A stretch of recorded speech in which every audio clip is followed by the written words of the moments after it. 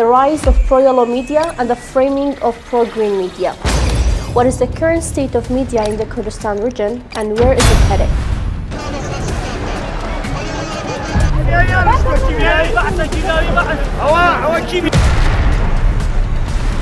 Video refers to the prevention of media outlets by security forces in the urban border areas, extending even to public parks. It has escalated from blocking coverage of protests and grievances to a point where media from Suleimaniya and the Green Zone are being removed from covering events even in recreational areas. This leads to a reasonable question. Where has the situation for media and journalists in the Kurdistan region reached? At what level does it currently stand? It is clear that media in the Kurdistan region is divided into three groups. The first is the media of the Yellow Zone, another part is the media of the Green Zone, and some are outside these two powers, either independent media or belonging to other small groups and forces. Freedom of expression has always been a discussion, but how is it practiced in the Kurdistan region? Pro-yellow media, which belong to the Kurdistan Democratic Party, operates freely in all areas of the Kurdistan region without censorship. However, pro-green media, which belong to the Patriotic Union of Kurdistan, remains largely confined to the borders of Suleimaniya.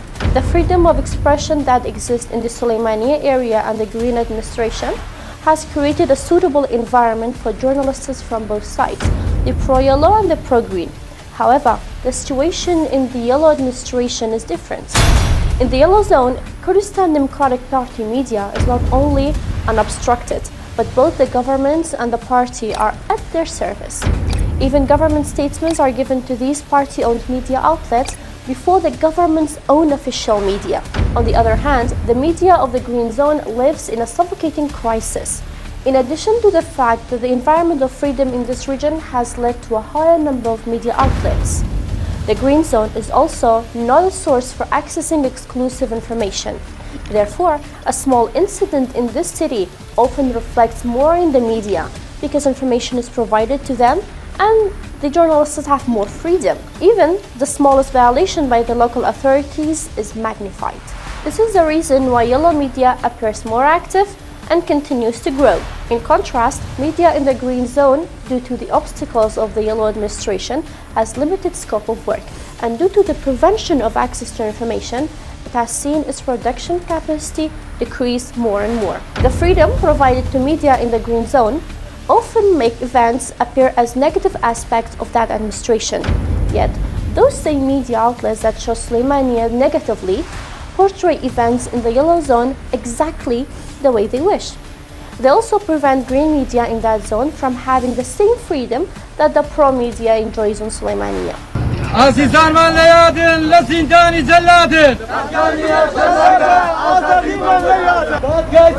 دادگاه ثوره بمسرور بارزاری بلند شهروانی هیچ کس باو کسانه برو. The Patriotic Union of Kurdistan media faces several obstacles in the Yellow Zone, including withholding information, obstructing journalists, threats, and attempts to buy off or deceive reporters.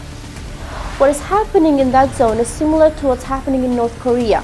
They're both preventing anyone from conveying the truth and only allowing what they want to be transmitted. And anyone who doesn't act according to their wishes will face obstacles. The pressures on pro-green media is very large. In the coming days, we will reveal to you in our report how electronic and cyber attacks are carried out, who does them, and how they do it.